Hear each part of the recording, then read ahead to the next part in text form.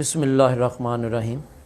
پاکستان کے ایک بہت بڑے مشہور شاعر آغا شورش کشمیری مولانا ابو علی مودودی کے نام ایک خط لکھا، جنہوں نے خط میں لکھا: مولانا، تاریخ انسانی میں ہمیشہ فتح باطل کی ہوئی، جس کے جواب میں مولانا مودودی لکھتے ہیں: جو انہوں نے لکھا وہ سننے اور پڑھنے کے لائق ہے۔ مولانا لکھتے ہیں: حق کے متعلق یہ بات اچھی طرح سمجھ لیجئے، وہ بجائے خود حق ہے، وہ ایسی مستقل اقدار کا نام ہے جو سراسر صحیح اور صادق ہیں۔ اگر تمام دنیا اس سے سراسر منحرف ہو بھی جائے تو پھر بھی وہ صادق ہیں۔ اس کا حق ہونا اس شرط سے مشروط نہیں کہ دنیا اس کو مان لے۔ دنیا کا ماننا نہ ماننا سرے سے ہی حق و باطل کے فیصلے کا معیار ہی نہیں ہے۔ دنیا حق کو نہیں مانتی تو حق ناکام نہیں ہے، بلکہ ناکام وہ ہے جس نے اسے نہیں مانا اور باطل کو مانا۔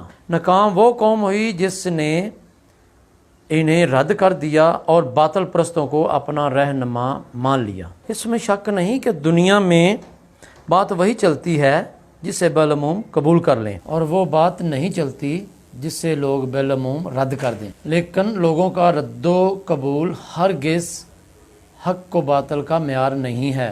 لوگوں کی اکثریت اکثر اندھیروں میں بھٹکنا اور ٹھوکریں کھانا چاہتی ہے، تو بے شک خوشی سے اندھیروں میں بھٹکے اور ٹھوکریں کھائے۔ بہرحال ہمارا کام اندھیروں میں چراغ جلانا ہے، اور ہم مرتے دم تک اندھیروں میں چراغ جلاتے رہیں گے۔ ہم اس خدا سے پناہ مانگتے ہیں کہ ہم بھٹکنے اور بھٹکانے والوں میں شامل ہو جائیں۔ اس خدا کا لاکھ لاکھ شکر ہے کہ اس خدا نے ہمیں اس اندھیروں میں چراغ جلانے کی توفیق بخشی۔ اس خدا کا احسان کا لاکھ لاکھ شکر ہے کہ ہم اس اندھیروں میں چراغ جلاتے جلاتے ہی مر جائیں۔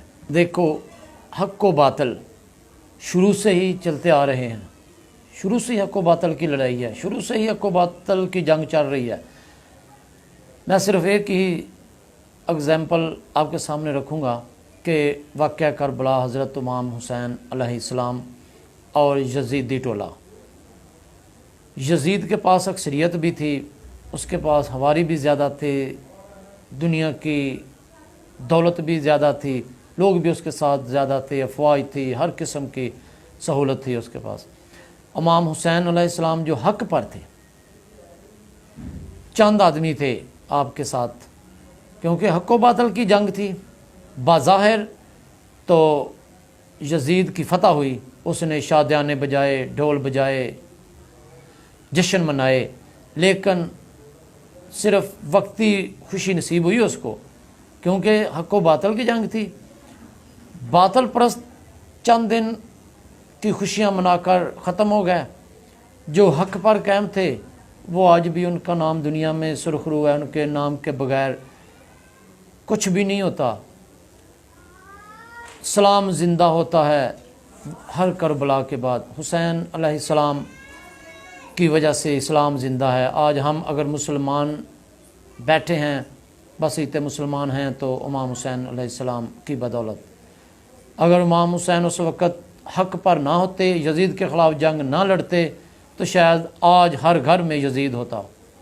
خدا را انہوں نے اپنی جانیں قربان کر کے ہمیں یہ درس دیا ہے کہ حق پر قائم رہو فرض ہے۔ ہمارے سینئر صحافی نوید احمد بٹ صاحب اس پرفتن دور میں حق اور سچ کا علم تھامے مافیاز کے خلاف میدان عمل ہیں اور سرگرم ہیں۔ ان کے خلاف جو سرگرم ہیں، ان سے مافیاز کی نیندیں حرام ہو چکی ہیں۔ مافیاز اپنے اوچھے ہتھ کنڈے استعمال کر کے ان کی آواز کو دبانے کی ناکام کوشش کر رہے ہیں، مگر یہ اپنے عمل پر ڈٹے ہوئے ہیں۔ انشاءاللہ یہ ڈٹے رہیں گے، اور مافیا کے خلاف انہوں نے جو علم اٹھایا ہے وہ انشاءاللہ تعالیٰ اس پر قائم و دائم رہیں گے، اور ان کے خلاف میدان عمل میں سرگرم رہیں گے۔ اس موضوع پر بات کرنے کے لیے ہمیں جوائن کیا ہے ملک تصور حسین عوان ایڈوکیٹ صاحب۔ جی ملک صاحب، السلام علیکم جناب۔ وعلیکم السلام۔ ملک صاحب، نوید احمد بٹ اویسی صاحب پر جو قاتلانہ حملہ ہوا ہے، آپ اس کو کس نظر سے دیکھتے ہیں؟ سب سے پہلے تو میں اس بزدلانہ اور قاتلانہ حملے کی پرزور مذمت کرتا ہوں۔ سچ آکھاں تے پجنی کھاکھاں، ڈردی سچ نہ آکھاں، یہ ایک پنجابی کہاوت ہے۔ اگرچہ اس کے پس پردہ حقائق دیکھے جائیں تو میرے سمیت تمام جو اکثریت لوگ نوید بٹ اویسی صاحب کو جانتے ہیں، ایک دبنگ قسم کے صحافی ہیں اور دیدہ دلیر آدمی ہیں، جن کی زندگی میں میرے خیال میں کوئی یو ٹرن نہیں ہے۔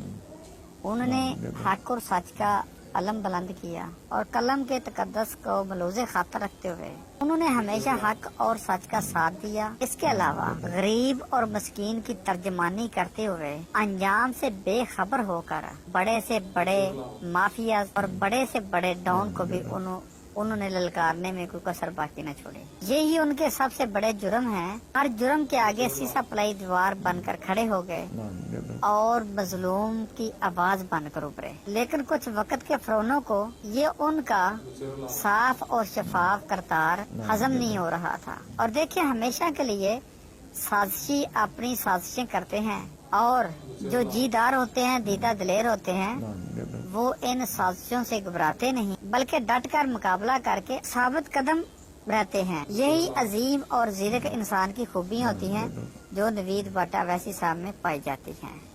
میں سمجھتا ہوں اس دور میں ان کی آواز حق بلند کرنا اور فرونوں کے اوپر لرزہ طاری کرنا، یہی سب سے بڑی ان کی نیک نامی ہے۔